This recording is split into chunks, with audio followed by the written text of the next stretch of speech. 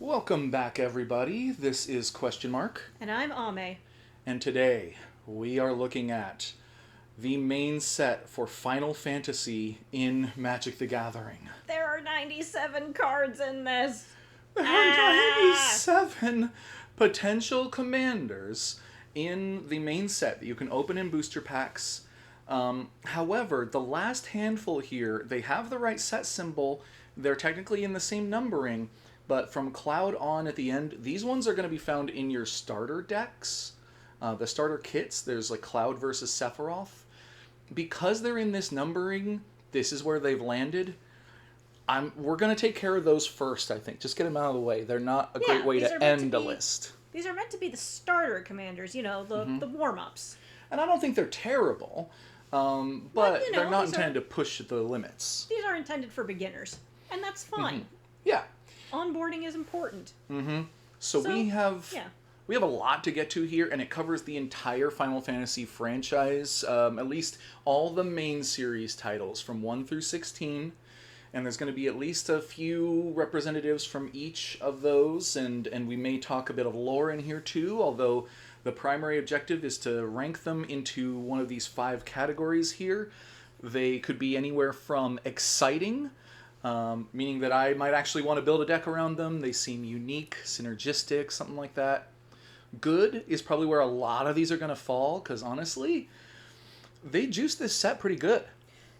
Yeah, what was that stat you were telling me the other day that pre-orders are already making this one of the most profitable sets in the franchise? Yeah, I know for a fact that this is the most pre-ordered set in Magic's history, and I've heard that potentially it is the most ordered set in Magic's history even before the set was fully revealed.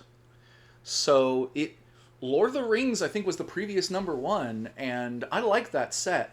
I'm not sure if I like this set more, but I kind of do.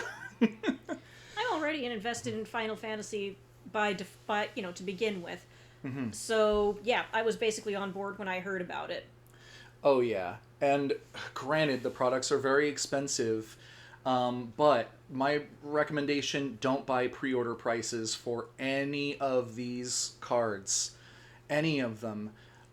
Because until people actually start cracking packs, the prices aren't going to be really established. These are going to be standard legal, which means that they'll see some tournament play, and some of them will show up in tournaments, and a lot of them won't. And the ones that don't show up in tournaments are going to drop a lot in price. Right now the prices are speculative rather than, reflective of the reality. So if you must, proceed with caution. At least 90% of the prices for individual cards in this set are going to drop after the release. The only ones that are likely to go up are the most played tournament cards. Other than that, most of them are going to go down. And it's going to take a while to figure out which ones those are going to be. A little bit of... I think you can make some predictions based on theorizing, but I think on the whole, unless you're like really deep into the competitive scene and what the competitive players are playing, it's going to be kind of you're just going to have to play it. People are just going to have to play it and see. And I'm not an expert in Standard or Modern. I'm really not in Draft or Sealed, even though I do play those pretty well sometimes. I play almost exclusively Commander, so does she.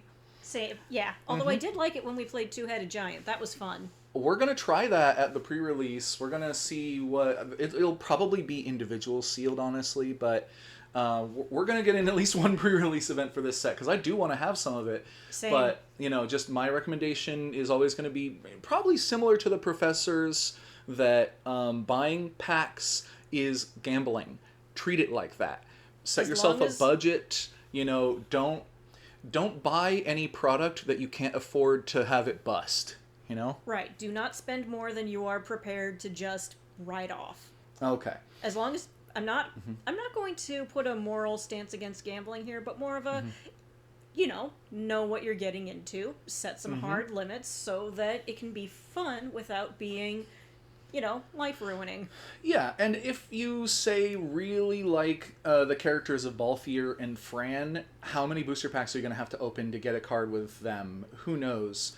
But if you get the Commander Precons, you know exactly what you're getting. And if you get the starter decks, you'll know exactly what you're getting. With that being said, we've got a huge mountain to climb here, so let's get into it. Yep, and the first card on our list is Cloud. Planet's champion, putting on his best Advent Children face. Oh, heck yeah. All right. Our boy is a 3 with red and white, a human soldier mercenary. During your turn, as long as Cloud is equipped, it has double strike and indestructible. Wow. Woo!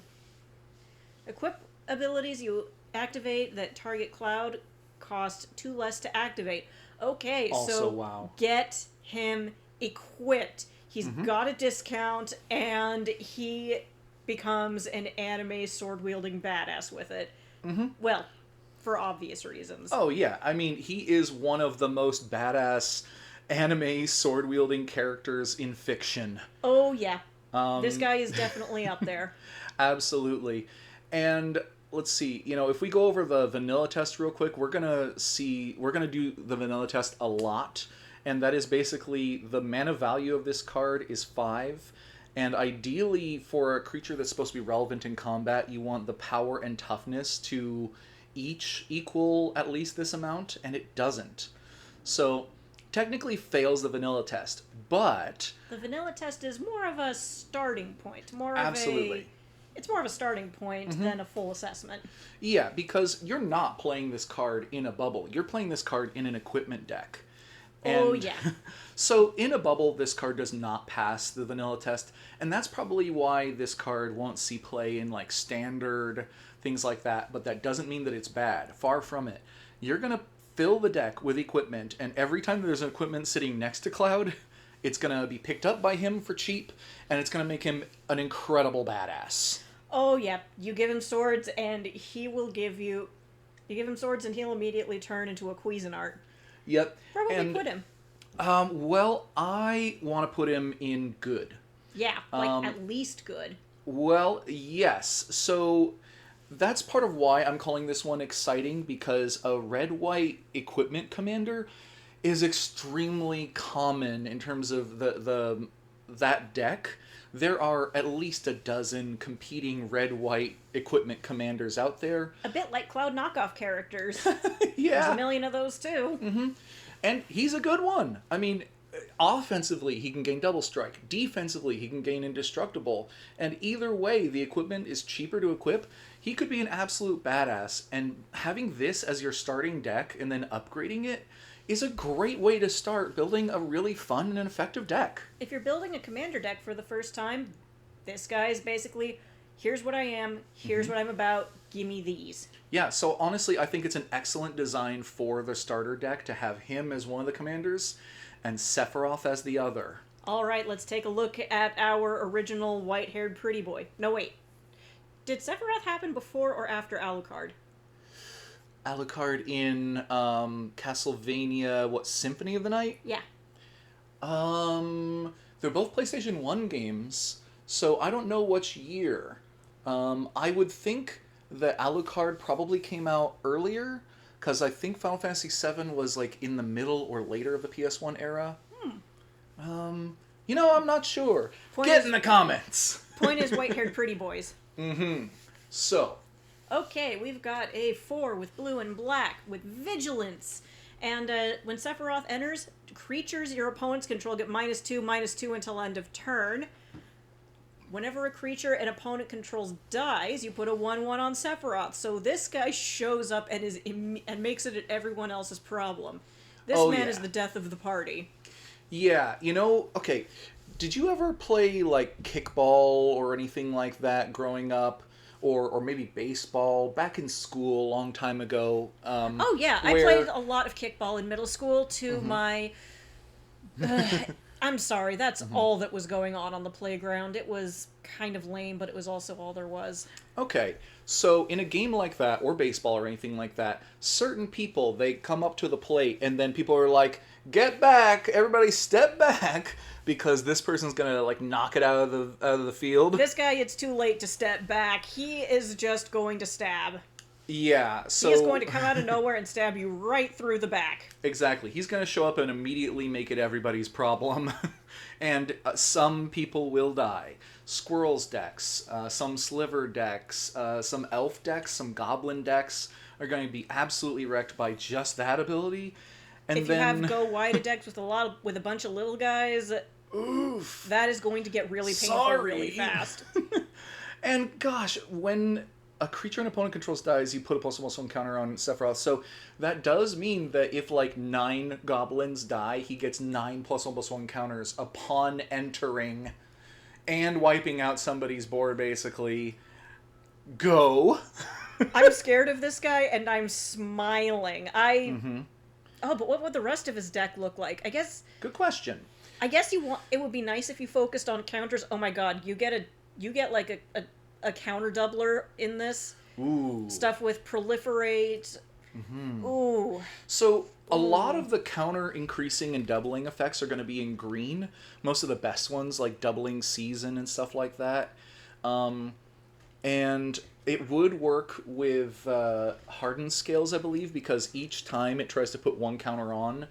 However, of course, you can't play those green cards in a Sephiroth commander deck. So you lose half of the things that you would really want to synergize with that part.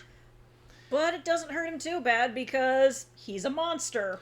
You'll still have some proliferate things, but honestly, I wouldn't bother proliferating because triggering his counters is as simple as killing one of your opponent's creatures. So I think this is effectively a blue-black control deck where you probably have a lot of things that trigger off of creatures dying, your Blood Artists and Zulaport Cutthroats, and then a lot of spells that just make your opponent's creatures die. It also kind of makes sense to me that, I mean, he's blue-black. Mm-hmm. Even though he's calling himself the planet's heir here, his whole deal is spoilers. Yeah. Basically turning the entire planet into a spaceship. Oh, yeah, kind of. So, basically he's an enemy of... Even though he calls himself the planet's heir, he's sort of an enemy of it, so it makes sense that green would be the thing to counter him with. Oh, yeah. I mean, isn't it like Gaia or the life force of the planet that opposes him in the end?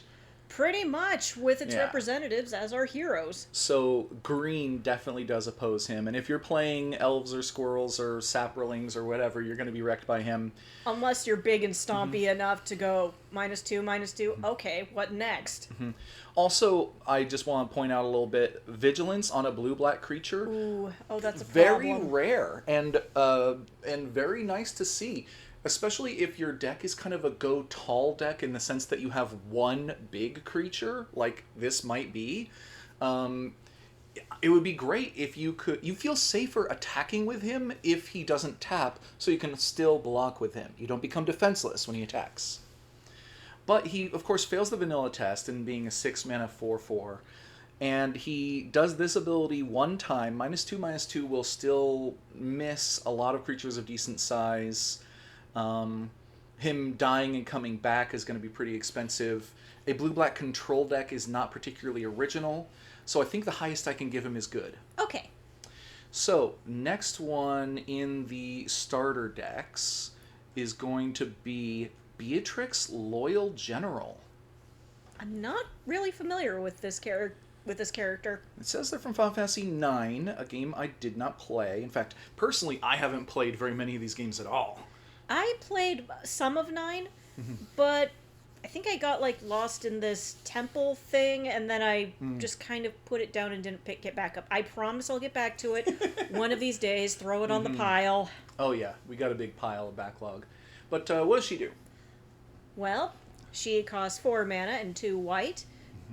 She's got vigilance, and at the beginning of combat on your turn, you may attach any number of equipment you control to a target creature you control.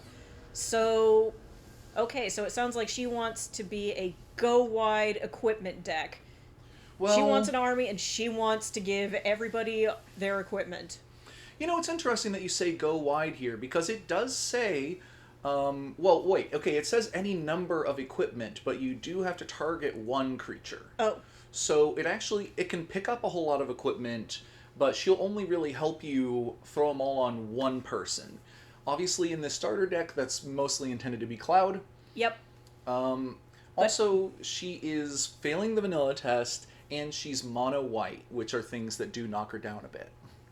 Yeah. That said, cheating mana is one of the main things that you want to do with a commander. Cheating mana, ramp, card draw, removal, finishers. Those are some of the things you really want to focus on for commanders. And Beatrix is cheating on mana. Yep. And she's also...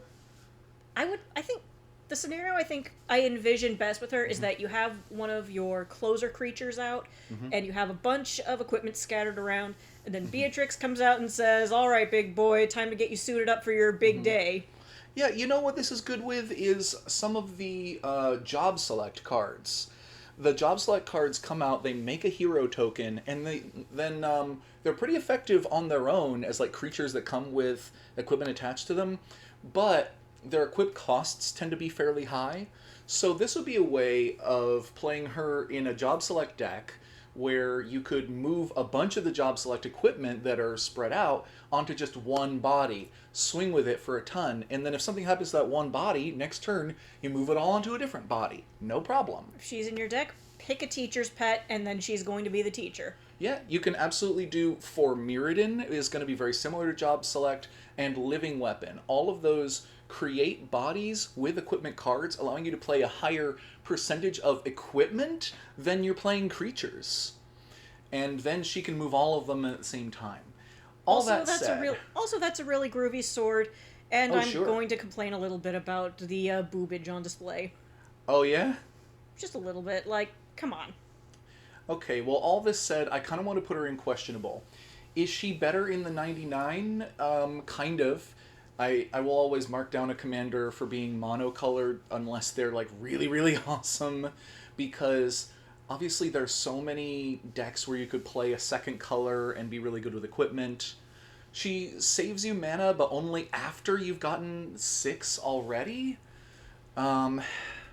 So yeah, she's kind of better in the 99, but she could even be a good commander if we're doing what I was just talking about, the for Mirrodin and the job select and stuff like that. But even then, I think that you're probably going to have a better time with somebody who rewards you more. So yeah. So I'll put her as questionable. I don't think that she's lame. She's not bad. She's just not impressive, you know? And then we go on to Rosa. Here we go. This is one that you played. Yes! Final Fantasy IV is actually my favorite of the Final Fantasies. Nice. And Rosa here is a white mage. Mm-hmm. I'm honestly a little bummed that Final Fantasy IV didn't get more representation, considering that it's the Final Fantasy that me and a lot of the more old school, like Gen X or elder millennial players got into Final Fantasy with, because it was the one on the Super Nintendo. It was called Final Fantasy II at the time. It was what really showed a lot of Western people what JRPGs can do. Yeah. And so it's beloved to a lot of us, but unfortunately we only got a handful of characters from it. But oh well, we got some good ones though. So what does Rosa Resolute White Mage do? Well, for 3 mana and a white, she can do Reach, and at the beginning of combat on your turn, you put a 1/1 counter on a target creature you control. It gains lifelink until end of turn. Okay. So that's a healing and a buff right there, so that's pretty neat. Yeah. Okay, I watched a developer diary of Final Fantasy of this set where they did mention her, and specifically they wanted to give her the creature type Archer as well, because she is a cleric who uses a bow as her primary weapon. However, you have to include that she's human. She is noble because she's like a princess. Right? Actually, she's Cid's daughter. Cid's daughter? Yeah. Oh. And this version of Cid is the mechanic for the Air Force of Baron. Okay. I'm not sure why they gave her noble, but whatever. I know that they consulted with Square on every single word on every single card, especially the creature types. They wanted to make sure that everyone who was royal got noble in the creature type line, all that kind of stuff. They got all the races right and everything. So I guess she's a princess or something, and then cleric is her actual, like, role. She's a white mage, of course. So they didn't have room for a fourth creature type on her. Otherwise, they would have put archer. But to make it clear, they put her using a bow in the art, firing it, and giving her reach, so it makes it clear that she is an archer. All that said, what does the vanilla test say? The vanilla test says nar. Except, at the beginning of combat on your turn, you put a +1/+1 counter on target creature you control. That can be her, which means on the turn that you play her, she'll be a 4-mana 3/4? And that's coming really close. It's still not passing, but it's coming really close. And she grows every turn, even if you're doing nothing else. And she gains lifelink, even if you're doing nothing else. So, she does really stand on her own quite well. Yeah. And giving lifelink in a deck that does a lot of +1 counters, or that does a lot of equipment, or anything like that, I said before that it's nice if your commander has vigilance, because then you don't fear attacking with it, because you aren't vulnerable on the crackback. And giving lifelink serves a similar function, where you can attack with less fear of retribution, because you're gaining life and building this big buffer.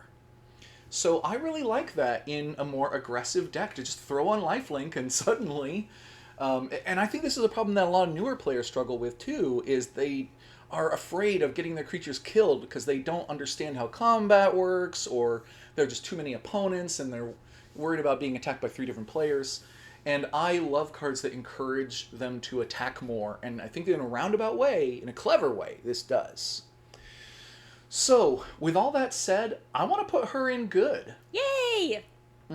She's mono white, which does hold her back a bit, but I think that, actually, is she better in the 99?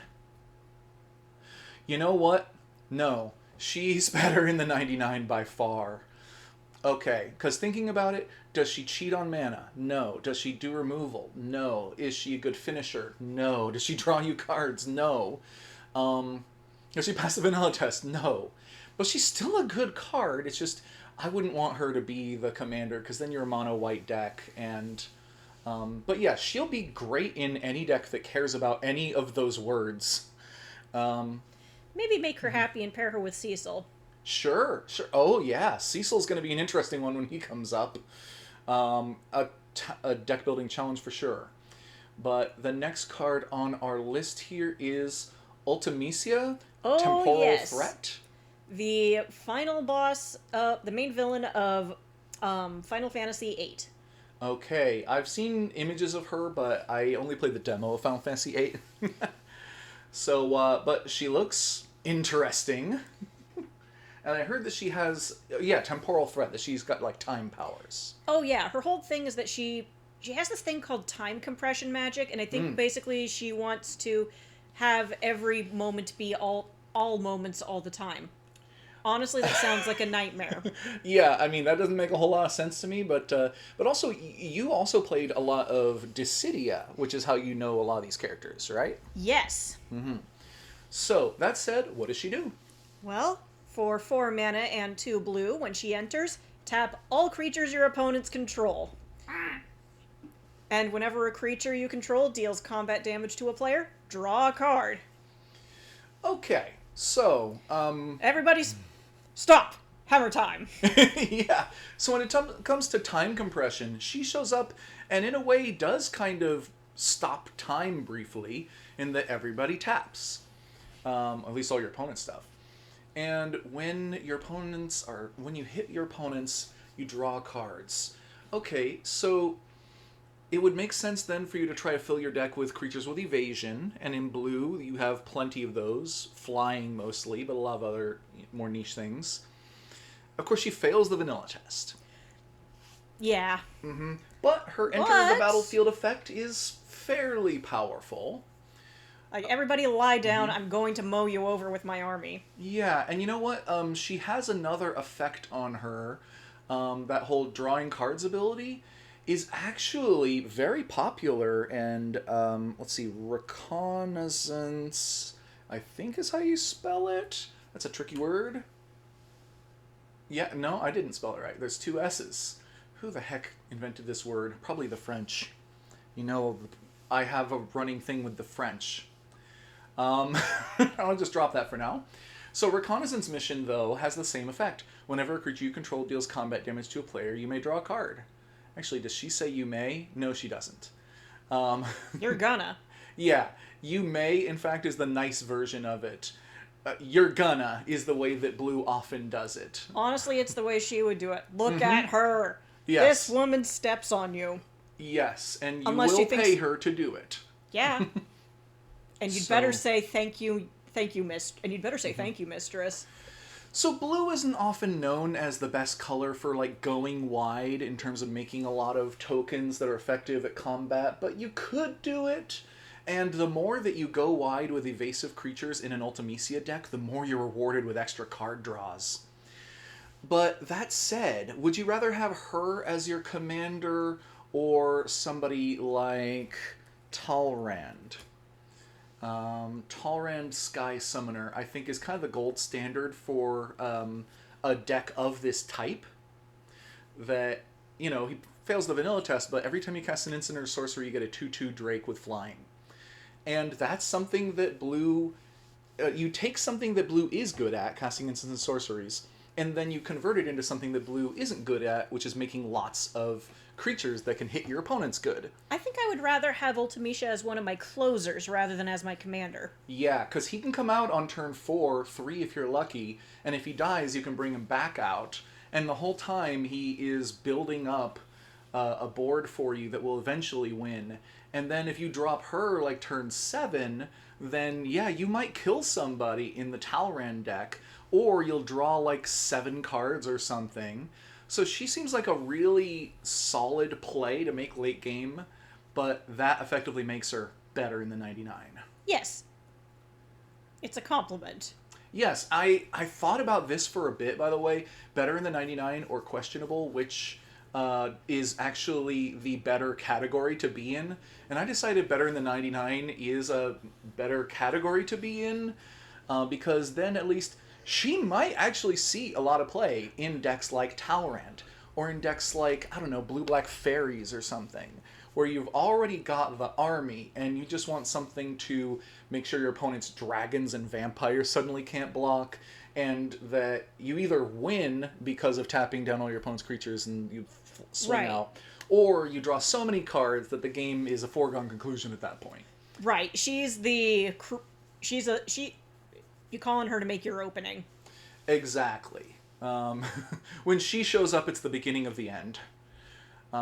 So, that said, the next one here is Seymour Flux. Not to be confused with Seymour Butts. Yes, Seymour Butts is in this set as well, by the way. You're kidding me. I am not entirely kidding you. Hold on. Seymour. I'm not sure that's exactly how it's spelled. That is not how you spell Seymour. There. Oh, yeah, Seymour's Trummel, butt. Seymour's butler. So this is the character that people are calling Seymour Butts. But we'll save him for later. Anyway. So, Seymour Flux, which I think is like the final boss, or dang near, in Final Fantasy X. Couldn't tell you, I haven't played that one. Sorry, folks. I haven't played it myself. I was dating a girl who was really into this game back when it was new, to show my age there a bit. So I watched her play through a significant portion of it, but I think I was doing my own thing, like Pokemon Emerald or something on my Game Boy Advance at the time. Or maybe the DS. Dang, you're old. Yeah, I'm kind of old. Sorry, I'm just messing with you. Yeah, no, it's fine. So, what does Seymour Flux do? Well, for 4 mana and a black, at the beginning of your upkeep, you may pay 1 life, and if you do, draw a card, and put a 1/1 counter on Seymour Flux.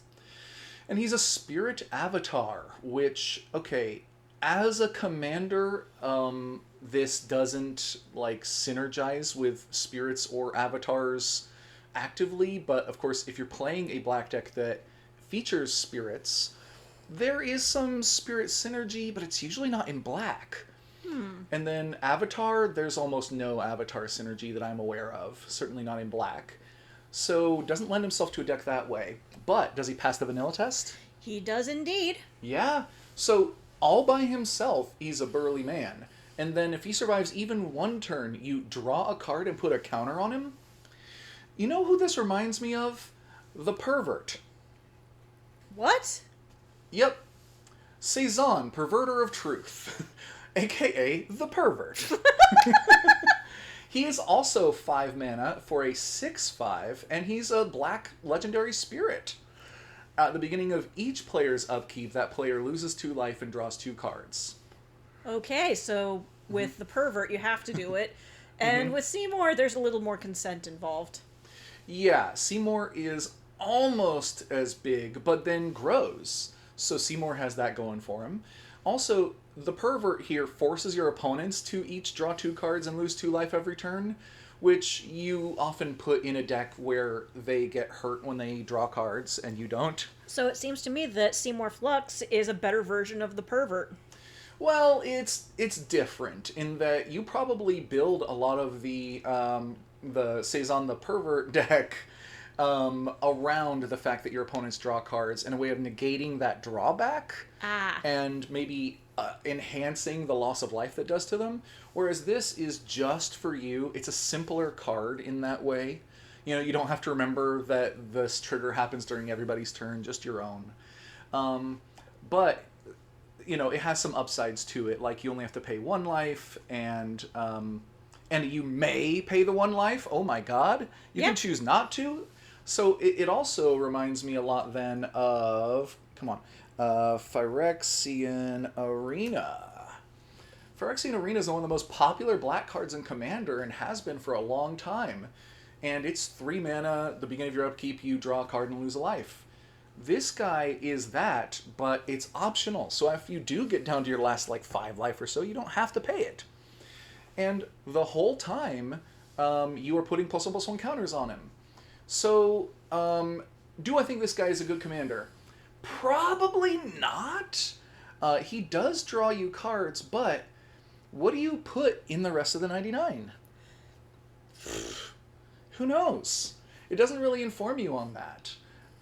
You could play any kind of mono-black deck. You need to get to 5 mana before he comes out, and then he just draws you some cards and gets bigger, and those are fine things, but I would say that he is better in the 99, although I would say that he's better in the 99... if you're playing Phyrexian Arena and you're playing a slower deck, like a control deck, that's where you want to be playing this guy, probably also. Could put him in a Sephiroth deck. Actually, yeah. Hey, what do you know? He actually comes in the Sephiroth deck. So that's a perfect place for him, where he comes out on turn 5, and then he comes out on turn 6. So these two go well together. I'm even tempted to put it down in the questionable, but considering that he has the effect of Phyrexian Arena, which is a all-star in the 99 card already, I think he's fine here. Yeah. So, then we're on to Lightning Security Sergeant. I know next to nothing about this character because I haven't played Final Fantasy 13, and I don't have much of a plan to, I'm afraid. It was a PS3 exclusive, wasn't it? Yeah. It came on 3 discs, if I recall. No, there was an Xbox 360 version as well. It came on 3 discs. Oh, okay. Because I do remember also that they made Final Fantasy 13, and then they made Final Fantasy 13 Lightning Returns, and then I think they maybe even made a third one. I think it was 13, 13-2, and then Lightning Returns. Did they do 13-2, really? Huh. Yeah. Okay. Well, in any case, we didn't play any of them, so we barely know her. I remember seeing her in the trailers and thinking that she was cool, but then seeing the active battle system and thinking, that doesn't look like the Final Fantasy I'm into, and I'm not really a Sony guy, so I'll pass. All right. For 2 mana and a red, she's got Menace, and whenever lightning deals combat damage to a player, exile the top card of your library, and you may play that card for as long as you control lightning. Okay, and she's a 2/3 for 3, which means that she fails the vanilla test, but just barely, and the Menace makes up for it, really. So then, it's that last ability that's kind of the make or break for her here. She deals combat damage to a player, you exile the top card of your library, you may play that card for as long as you control lightning. So importantly, unlike a lot of similar effects, you can play those cards even if they're lands. You can play those cards the next turn or the turn after that, as long as lightning's still around. It's like having a hand extension. And the weird thing is, some newer players in particular don't know this, that if lightning leaves the battlefield and then comes back, like say going to the command zone or the graveyard and then gets reanimated or flickered or something, then it resets her ability, because the game does not recognize that the new lightning is the same card as the old lightning. And so if you had any cards in exile and then she leaves and comes back, those ones are going to just stay in exile. She won't remember them. It's like when you leave your drink behind to go to the bathroom. You're not drinking that. Yeah, or like when you leave the club and then you try to come back in the club and you realize you didn't get a stamp or a wristband or something and they won't let you back in unless you pay again. Exactly. That's what happens with Magic cards. When they leave the zone they're in, the game loses track of them being the same object, and that has a lot of effect on like continuing effects like this. So she has like a hidden drawback on her. And for these reasons, honestly, I am going to put her in questionable. Ooh, that's harsh. Yeah, I mean, honestly, I almost want to put her in lame. However, especially because she's mono red, but having evasion built in is kind of nice. She effectively draws you a card that you can probably keep using for a while. She's not that bad in the 99. Having the soldier creature type is sometimes relevant, although usually in white decks. She's got a lot of things that make her almost good, but not quite. So, that said, we're almost through the starter decks, which, wait a second, did I get one out of order here? Oh yeah, you got shifted into the, no, never mind, it is just Xande. Xande's the last one. Is that how you pronounce that? Do you know? I think it would just be Xande or Xande. And he's from Final Fantasy III, which I've only played some of. Yeah, that's the one that wasn't originally released in the US, and I think the original release for it in the US was on the DS as a, like, chibi kind of 3D remake. Yep. Because I played that. And it was so long ago that I don't remember hardly anything about it, except that you could customize your character's classes. That part is fun. And that until you customize their class, they're this, like, basic kind of class. They're Onion Knights! Oh, is that what they're called? Okay. Yes! I forgot, but as your characters level up in their job, they get more of the basic attack. So instead of attacking once on level 1, on level 5 you might be able to attack twice, level 10 you can attack 3 or 4 times. I got to the point where my main character was like Onion Knight level 99, even though he was less than half of the way to his actual max level. And I'd hit attack and then he'd go like whack, whack, whack, whack, whack, whack, whack, whack, whack, whack, whack, whack, whack. More like onion cutting knight. Mm-hmm. And my opponent will definitely cry when that happens. Hey. And I just gave him like the best basic weapon to attack with and focused on that, and he was so good for so long until eventually not having custom class did hold him back. So that's what I remember of Final Fantasy III. I don't remember this guy. But what does he do?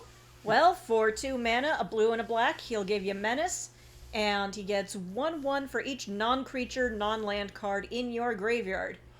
He thrives off your dead enchantments, instants, and sorceries. Okay, interesting. So, would you say he passes the vanilla test? Ooh, that's a tricky one.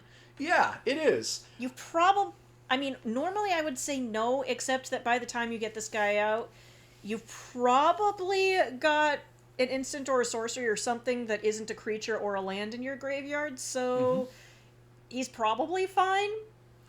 Yeah, actually, I would say from a vanilla test standpoint, like, okay, technically, if you just erased all of his rules text, all of his abilities, then he would fail the vanilla test. So, like, if you squint, he fails. But if you read the text and he gets +1/+1 for something that's pretty easy to do, and of course you could also have already put some number of non-creature, non-land cards in your graveyard before he shows up, he will usually have at least 1 bonus to that by the time he shows up and pass the vanilla test. I would say if he's passing...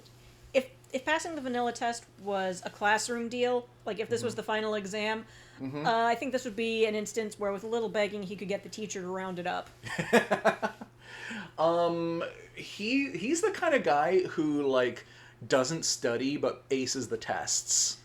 Because, like, on paper he doesn't look like he's as good as he really is. Because when he shows up, he's likely to be way exceeding the vanilla test, actually. Because if he's your commander, you have so many cards in your deck that are devoted to self-mill. Oh, right.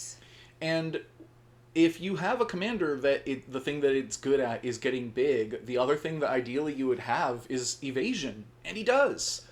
And the other thing you'd ideally have in a self-mill commander is blue-black. Those are the two best cards at milling, or colors at milling, even yourself. Maybe green might be the third. And he's those colors.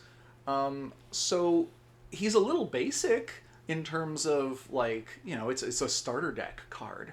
But he's actually really good.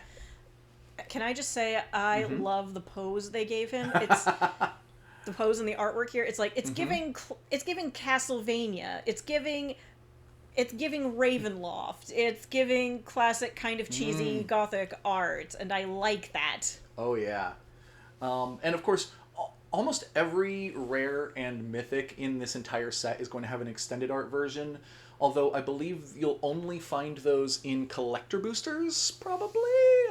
And gosh, getting collector boosters of this set is going to be a nightmare. It's so expensive. Oh my lord. It almost makes me happy not to be working in a game store at the moment. Oh yeah. Okay. I miss it, but that part I'm not going to miss. Yeah. Okay, so we have finished the starter deck, which is really just the tip of the iceberg here when it comes to the full Final Fantasy set. And so far, Lightning is probably the worst. But even then, you know, if Lightning is your commander, I wouldn't be embarrassed per se. You could probably do better. If she's in the 99, she's a fine card. You know, these ones are better. And then these guys as your commander, strangely enough, Xande as well, comes out earlier than these other ones, and I see a cohesive deck around it involving self-mill and non-creature, non-land cards. So these are great starting points for building commander decks, starting with the with the starter decks. All right. So that said, I think maybe we'll make this our first stopping point here. We'll cut here, and then we'll pick up with the rest of the set after a quick break. Okay. And I'll upload them, you know, as soon as I can. So, but this will be the tier list for just the starter deck commanders, and then we'll add the rest to it in a bit. Buckle in, folks. We're just getting warmed up over here. Oh yeah, that's just the warm-up round. So, prepare for the real deal in just a little bit. All right, see you in the next one. Bye-bye.